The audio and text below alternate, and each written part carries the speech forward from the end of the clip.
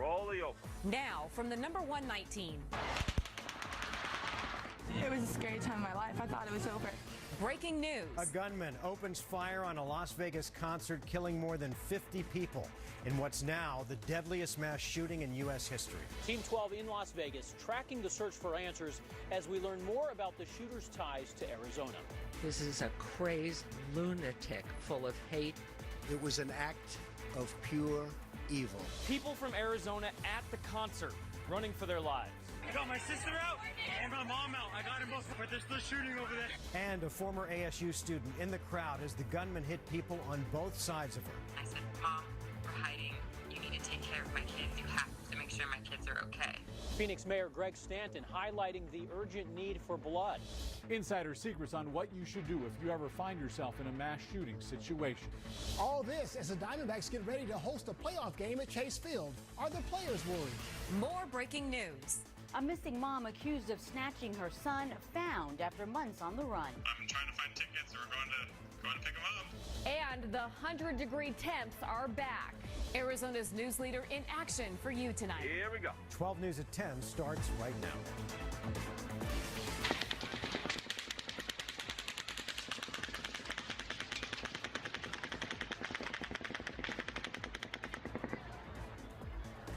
Good evening. It sounded like a war zone. Nearly 24 hours after a lone gunman opened fire on a crowd of concertgoers in Las Vegas, the fatal shots are still echoing across the nation. Authorities continuing to dive into the background of the shooter tonight. Still, very little is known about his motives for killing at least 59 people and injuring more than 500. Among those killed, a newlywed protecting his wife, a special ed teacher, a single mom, police officers, and so many others. Here's a look at the scene where the attack played out. The gunman taking aim from his room on the 32nd floor of a Mandalay Bay hotel room. He was just 400 yards away from the concert on the opposite side of the iconic Las Vegas Strip. Tonight we have the very best team coverage headed your way. First, Team 12's Joe Dana, who's live in Las Vegas with the latest. Joe? Guys, it's hard to fathom, but police say they found 23 guns in the suspect's hotel room at the Mandalay Bay behind me. They found another 19 guns along with explosives at the suspect's home, about an hour and a half northeast of here in Mesquite. Now, as this investigation is underway, people here today also took the time to mourn the victims. And we're saddened and we're sorry. A somber vigil after bullets rained down on the Las Vegas Strip. 64-year-old Stephen Paddock used a hammer to break 2 windows in his suite at the Mandalay Bay Hotel before opening fire on a crowd of country music concertgoers below. Reloading again and again until turning the gun on himself as SWAT teams closed in. Breach, breach, breach. Investigators described Paddock as a wealthy retiree who would travel to Vegas to play high-stakes poker, gambling more than $10,000 a day several times in recent weeks. His brother offering few clues to a possible motive. It's just like an asteroid fell out of the sky. There was nothing that would say he would do this kind of thing. Among the victims losing their lives, a Tennessee man who helped his wife to safety, and a university student who was known to coach his little brother's flag football team. Feelings of helplessness here haunt survivors. I would feel their pulse or grab their arm, and there was nothing, so we would just cover them up with, a lot of them were wearing cowboy hats, and we would just cover them up and keep going to the next one. Authorities say identifying the victims will be a long process that takes time. The mood here tonight very somber in a city that usually never sleeps. We're going to have a look at the critical need for blood. That's just in a few minutes. In Las Vegas, Joe Dana for 12 News at 10. All right, Joe, thanks again. We'll see you in a few minutes. We're learning the Las Vegas shooter did have some ties to Arizona. According to Stephen Paddock's brother, their father, Patrick, was once on the FBI's 10 most wanted list. He robbed a bank in Phoenix back in 1960 and then later escaped from federal prison. According to newspaper reports at the time, Paddock lived in Tucson with his 4 kids. One of those, presumably, was Stephen Paddock. Well, not only is Vegas a quick flight away, but it's an easy road trip from the Valley. Team 12's Ryan Cody is working to track down the Arizonans who were there during that massacre and who are lucky to be alive tonight. Ryan? Yeah, Mark, lucky is the key word there, because if you're a country music fan in Arizona, it only makes sense to think about going to a concert that big only a few hours from home. Many watching on TV with the feeling of, wow, I mean, that could have been us. And for several Arizonans, it almost was. You could hear the pop, pop, pop, pop, and that's what I knew. We needed to hit the ground. First-hand accounts from those just landing back in Phoenix. Arizonans lucky enough to survive the worst shooting in modern U.S. history. We thought that it was fireworks or something that was going off. Tanya Groff coming home in a wheelchair after taking shrapnel in her leg. The experience horrifying enough to know she's one of the lucky ones. I'm still in shock, but being at the hospital was really hard, and you know, seeing people with their injuries and seeing people who had passed from the injuries was really hard. Several off-duty Mesa police officers in the crowd as well. Instincts leading them to join the hundreds helping victims. I even feel like they could have done more, and quite honestly, there's nothing more they could have done. I was actually at the concert. Local country music radio stations taking calls all day. KMLE actually sending someone to the concert as part of a ticket giveaway. Luckily learning that person is safe. It just hit so close to home. ASU students Lexi Doyle and Megan Freger near the stage when bullets started raining down. I could just see out because there were fences around, and that's where a lot of people had gotten shot. He must have just ripped right through there because it was just bodies all along this fence. Images many Arizonans can't forget about a night gone terribly wrong. One woman with ties to Arizona is still among the missing. Former University of Arizona student Christina Duarte's family says she is among the 22,000 that were at the show, and they're still trying to contact her. We're live in the Live Alert Center. Ryan Cody, 12 News at 10. All right, Ryan, thanks. Well, Arizona officials took to social media to share their thoughts and prayers after the deadly mass shooting erupted.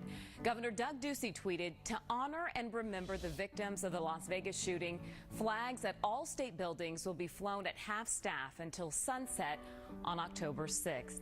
Senator John McCain wrote, "Cindy and I are praying for the victims of the terrible Las Vegas shooting and their families. We appreciate the bravery of all the first responders." And Senator Jeff Flake tweeted, "Awful, awful scene in Las Vegas. My heart goes out to the victims and their families." And finally, former Congresswoman Gabrielle Giffords wrote, "My heart is with the victims, their families and friends, and the law enforcement officers who risked their lives to save others." This unthinkable tragedy hits extra close to home for many of us here in Arizona. Earlier tonight, I talked to a former ASU student who was in that concert crowd, running for her life as the bullets rained down and people on both sides of her were hit. Are you almost in shock right now that you lived through this? I'm in crazy shock because people, as my husband and I were running out, were getting shot down next to us. As a mom, what is going through your mind at that point when people are being gunned down all around you and you're running for your life? The first thing that happened when we were ducking behind the cop car, my husband and I was trying to call my mom because my parents were watching the kids while we were there, and I couldn't get a hold of her, and I was breaking down to my husband saying, "We're never going to see our kids. Like, I'm never going to see our kids anymore." And then when we got to the big rig and we were hiding, I called my mom, and she answered the phone, and she had no idea what was going on, and I said, "Mom, we're hiding. You need to take care of my kids. You have to make sure my kids are okay." And my mom, of course, freaked out because I'm her daughter, and she was like, "Well, what's going on?" I'm like, "There's shots being fired everywhere. People are dying. You have to take care of my kids. I don't think Colin and I are going to make it." Any thoughts on why you and your husband were able to make it and so many others didn't? Luck. So tonight we want to hear from you, and it's a question that we're probably all asking ourselves. Are you worried about event safety here in Arizona in the wake of the Las Vegas attacks? Just go to 12news.com/yourvoice to vote in our live interactive poll, and we'll have those final results right before The Tonight Show. We're following more breaking news right now. Tempe police say at least 5 people have been hurt in a car crash near Southern and Harding. 3 of the patients were trapped and had to be extricated. They're in critical condition. Another victim who wasn't trapped is also critical, and a 5th victim suffered minor injuries. No word on the cause of the crash or any of their identities. We have some more breaking news. A baby and mother missing since June have been found. The little boy thankfully safe tonight. The child's father posting the news on Facebook tonight. We just got great news, everybody. Great news. The Mesa Police just called. They found Maddie and William. Maddie's in custody. William's with CPS. He's well and safe. Madeline Jones allegedly ran off with little William after a judge granted the father, who you just saw, joint custody. Her parents are in jail as well, accused of helping her hide. Team 12's Monique Griego joins us from the newsroom with the details on how cops caught her. Monique? William's father had no idea if he'd ever see his son again, but thanks to Mesa Police and a massive online following, they're about to be reunited. After 3.5 months of anguish, not knowing what happened to his son, baby William, Jacob Gokener finally got the news he'd been waiting for. I'm so excited. I just got a call from the Mesa Police Department saying that they found my son and my ex-wife, and they located him in San Diego. Gokener's ex-wife, 19-year-old Madeline Jones, and baby William went missing back in June. Mesa Police now believe Jones and her parents staged the duo's disappearance to keep Gokener away from the baby after he won joint custody. Last week, police arrested Cassandra and Roland Jones for their part in the plot and for allegedly lying to police. I haven't heard how my son is doing for the past 3.5 months, and so it's just been crazy, and so hearing the news that they're safe and well is such welcome relief. It just doesn't pay off. Destiny Mack didn't know the family but felt compelled to help. I just am so glad that he was young enough to maybe never remember any of it. Max started this Facebook page, which eventually led to more than 11,000 people, most of them strangers, doing their own detective work on the case. There was a whole community of people that loved him and wanted him home. Police say Jones is in custody and William is now in the care of CPS. As for Gokener, he's just happy his son is safe and can't wait to be reunited with him. Give him a big hug, take lots of pictures, and introduce him to his aunts and uncles that want to meet him dearly. At last check, Gokener was frantically trying to get on the next flight to San Diego from where he lives in Utah. We'll keep you posted on the reunion. Monique Griego, 12 News. 12 News at 10, tracking breaking developments surrounding the deadly Las Vegas shooting. Phoenix Mayor Greg Stanton highlighting the urgent need for blood. Insider secrets on what you should do if you ever find yourself in a mass shooting situation. All this as the Diamondbacks get ready to host a playoff game at Chase Field. Are the players worried?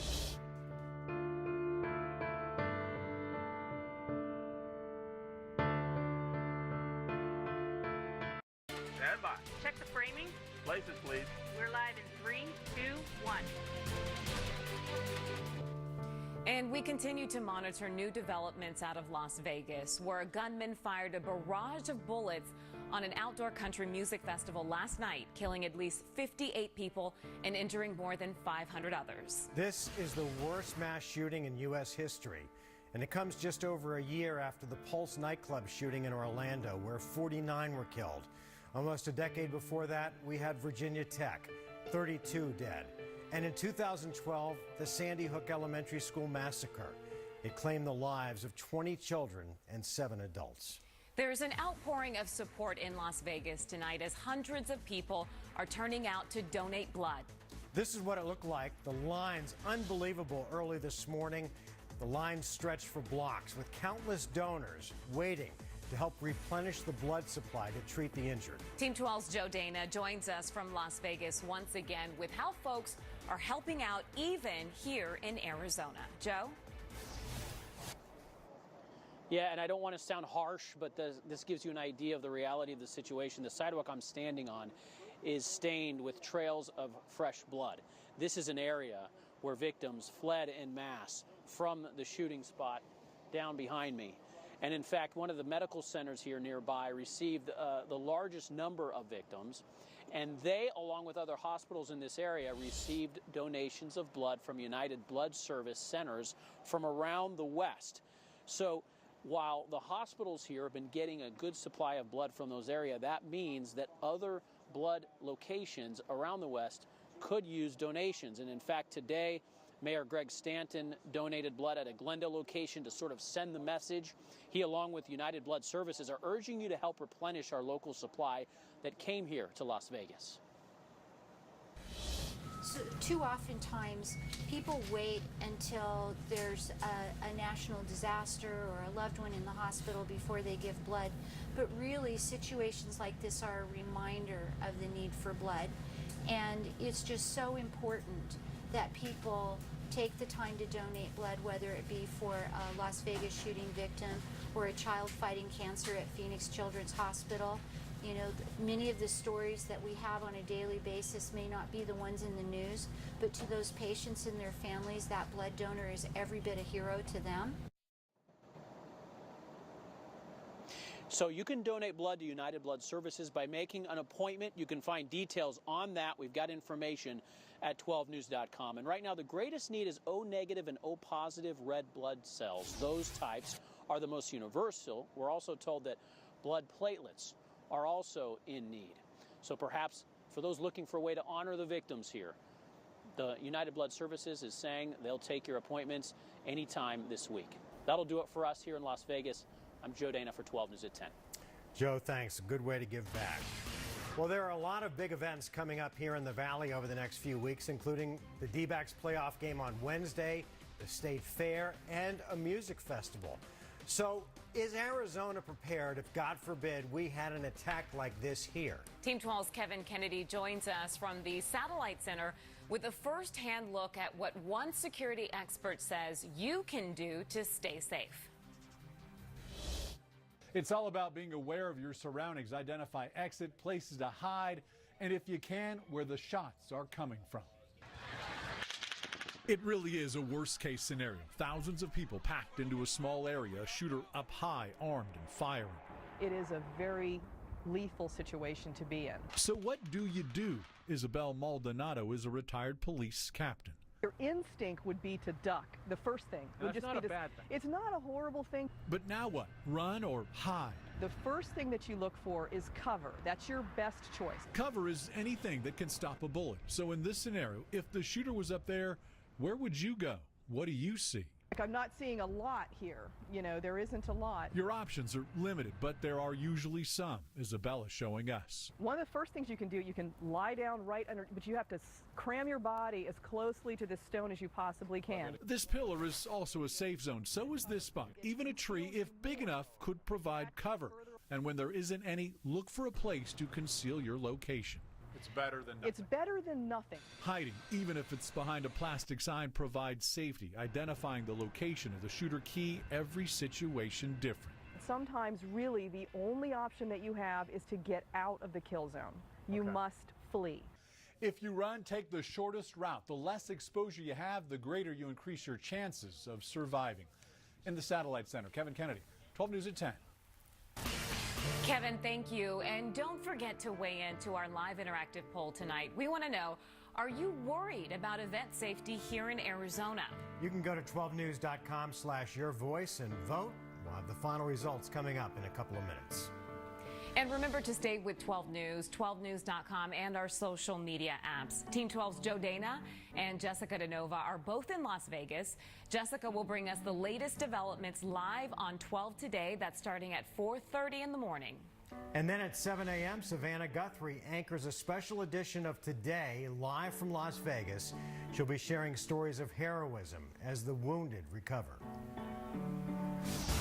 Well, tonight we're following breaking news. NBC News confirming that rock star Tom Petty, known for a string of great hits, including Free Falling, has died. Tom Petty was 66 years old. Reports first surfaced on TMZ that he was being hospitalized after going into cardiac arrest. The early rumors of his death prompted an outpouring of grief on Twitter, where Petty was the top worldwide trending topic at one point today. Musicians like Juliette Lewis, Courtney Love, Kid Rock, and Cyndi Lauper were all among those posting remembrances before the official word came down. Tracking tomorrow, Vice President Mike Pence is coming to Phoenix to meet with Governor Doug Ducey and Arizona business leaders to discuss Republican efforts to pass tax reform. He'll also attend a political fundraiser for the Donald Trump-Pence victory, then stay the night in the Valley before leaving in the morning to possibly meet up with the president in Las Vegas. And MCSO and Chandler Police will hold a meeting tomorrow night for concerned parents of Hamilton High School students and student athletes to discuss the sex assault allegations. The meeting will take place from 6 to 7 at the First Baptist Church on Arizona Avenue. Good evening, everybody. I want to start our forecast tonight by showing you something beautiful. Thanks to 12 News weather watcher Raul for sitting in this sunset shot from the white tanks tonight. Let's talk about how your day looked today. So average would be 94. We hit 92 today, so we're looking good. But these temperatures are about to crank up because this high pressure is going to continue building in our direction coming up from the Gulf. So you're going to see these temperatures rising. Dew points mostly in the 30s and 40s right now. We're seeing a 45-degree dew point in Phoenix. Those will also be on the rise later this week, bringing us the potential for some showers over in the eastern portions of Arizona by midweek. Tonight, we're going to cool down to about 65 to 70 for those lows in the valley. A clear night on tap. We'll see sunrise at about 6:24 tomorrow morning. We'll cool down to 60 in Sedona, 40 in Flagstaff, 48 in Winslow. Tomorrow, we see a high of 68 in Flagstaff, 80 in Sedona, 85 in Winslow, 92 over in Havasu. In Phoenix, warming up to 95, so right around average. The kids may get a little chilly at the bus stop, so they may need a jacket with those temperatures from about 66 to 70 degrees. Do look at Friday and Saturday. We are likely going to see the triple digits yet again. On the bright side, it's one more weekend you can spend by the pool. Mark? Moments away, injury news and security concerns surrounding the D-backs wildcard playoff game. Coop's up next with sports. 12 Sports is sponsored by your Valley Toyota dealers. Well, this is exactly what Diamondbacks manager Torey Lovullo did not want to see heading into the playoffs: an injury. Starting shortstop Ketel Marte was forced from yesterday's regular season finale with tightness in his left hamstring. I talked with Marte today before his scheduled MRI. How do you feel right now? If the game was to be played today, could you go? Yeah, I can play. I mean, I'm not a baby, so if I gotta play, I can play. I feel like a little bit hurt, but I can play no matter what.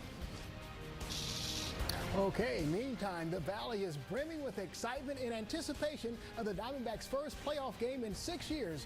Wednesday's wildcard playoff game against the Colorado Rockies is a sellout. Close to 50,000 will be in attendance. Now, in the wake of the Las Vegas tragedy, I asked a number of players if they had any concerns relative to security for the game. I don't feel comfortable talking about that. I was watching that all last night. That's tough to talk about. I'm just focused on today and practice. Not really worried about the security stuff right now. I mean, we're out there playing a game. We're doing our best. That's where our mind is. We got some great workers here at Chase Field. We got bomb squad dogs. They got all sorts of security. I don't think as players you think about that. You're trying to go out there and do your job and focus on that. And I think there's other people in the stadium that are gonna help take care of the other things. Okay, don't go to bed in just 6 minutes. Adam Sandler, Dustin Hoffman, and Miley Cyrus join Jimmy on The Tonight Show right after 12 News at 10. Recapping the tragedy in Las Vegas, at least 59 people are dead after a gunman opened fire from a hotel down into a large crowd at a concert last night. Hundreds more were injured. The suspect is dead, and there is no motive right now. And here are the final results from our live interactive poll. We asked, are you worried about event safety here in Arizona? The majority of you seem to believe that you're somewhat worried, about 70%, and that's been the number for most of the day. Have a great night.